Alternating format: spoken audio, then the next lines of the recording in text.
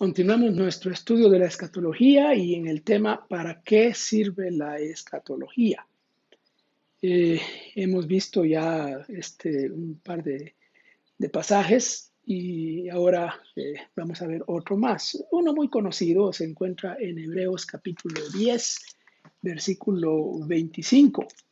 Eh, un texto que se usa mucho. A los pastores les gusta mucho este texto porque habla de congregarse. Dice, versículo 25, no dejando de congregarse como algunos tienen por costumbre.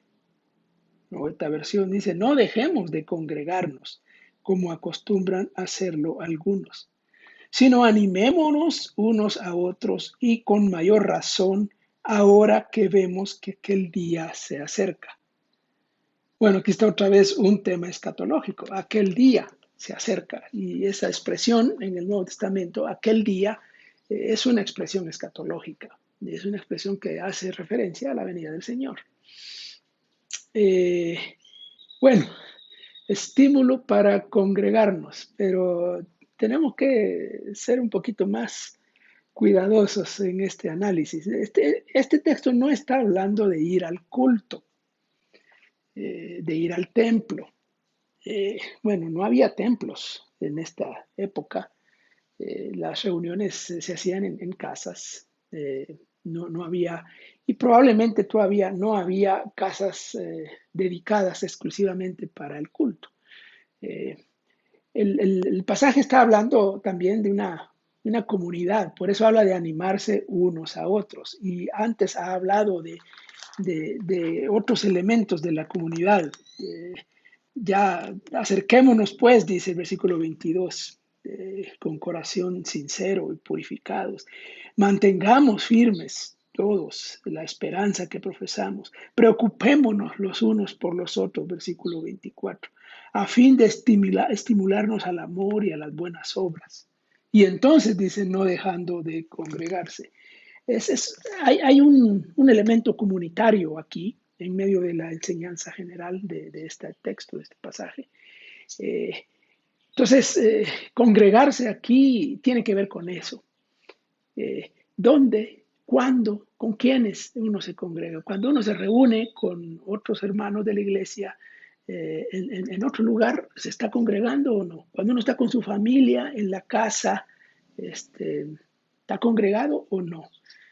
Ahora con la pandemia, eh, estamos congregados en la casa alrededor de una pantalla cuando estamos en el culto. ¿Estamos congregados o no estamos congregados? Eh, la congregación tiene que ver con eso, con el estímulo a la comunidad. Porque aquel día se acerca. Y ahora con la pandemia muchos pensaron que el día ya se había acercado y que estaba ya aquí. Bueno, hay un elemento escatológico ahí presente. Luego tenemos otro texto en 2 Timoteo, capítulo 4, los primeros 3 versículos. Es un encargo que Pablo le da a Timoteo. Dice el texto, 2 Timoteo 4, en presencia de Dios y de Cristo Jesús, que ha de venir, este elemento escatológico, en su reino, otro elemento escatológico, y que juzgará, otro elemento escatológico, a los vivos y a los muertos, te doy este solemne encargo. Delante de, en presencia de todos esos elementos escatológicos. Predica la palabra, persiste en hacerlo, sea o no sea oportuno, corrige, reprende y anima con mucha paciencia sin dejar de enseñar. Porque llegará el tiempo en que no van a tolerar la sana doctrina, sino que llevados por sus propios deseos, se rodearán de maestros que les digan las novedades que quieren oír. Bueno, una descripción de los últimos tiempos, que ya estaban presentes en los tiempos de Pablo.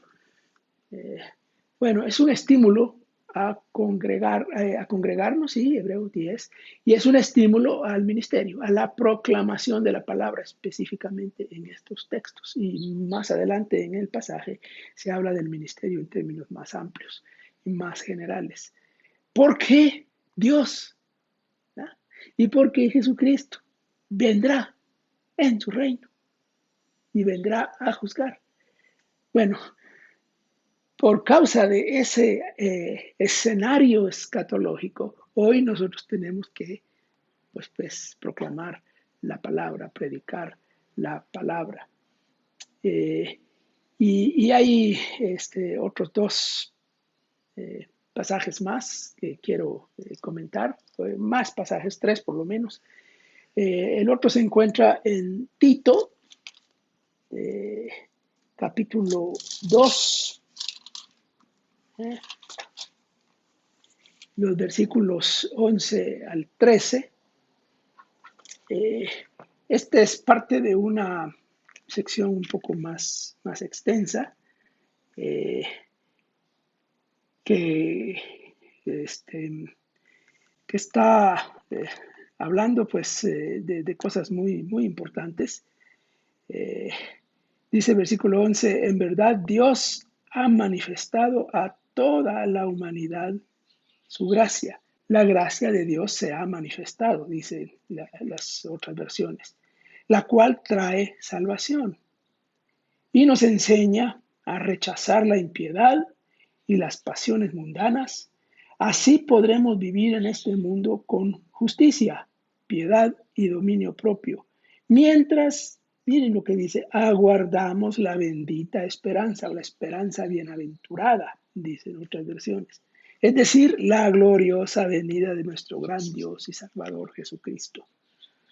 Él se entregó por nosotros para rescatarnos de toda maldad y purificar para sí un pueblo elegido, celoso de buenas obras, dedicado a hacer el bien. Versículo 14. Bueno, mientras esperamos, mientras aguardamos, tenemos que vivir en piedad y santidad. ¿Para qué sirve la escatología? Bueno, ya, para ser dichosos, bienaventurados, para animarnos y edificarnos, para congregarnos y todo lo que eso significa, para proclamar la palabra del Señor, para vivir en santidad. Y voy a tocar otro pasaje con el tema de la santidad en otro video para no ocupar todo este video hacerlo más largo. Así que tenemos ahí varios propósitos de la escatología y seguiremos viendo otros más todavía.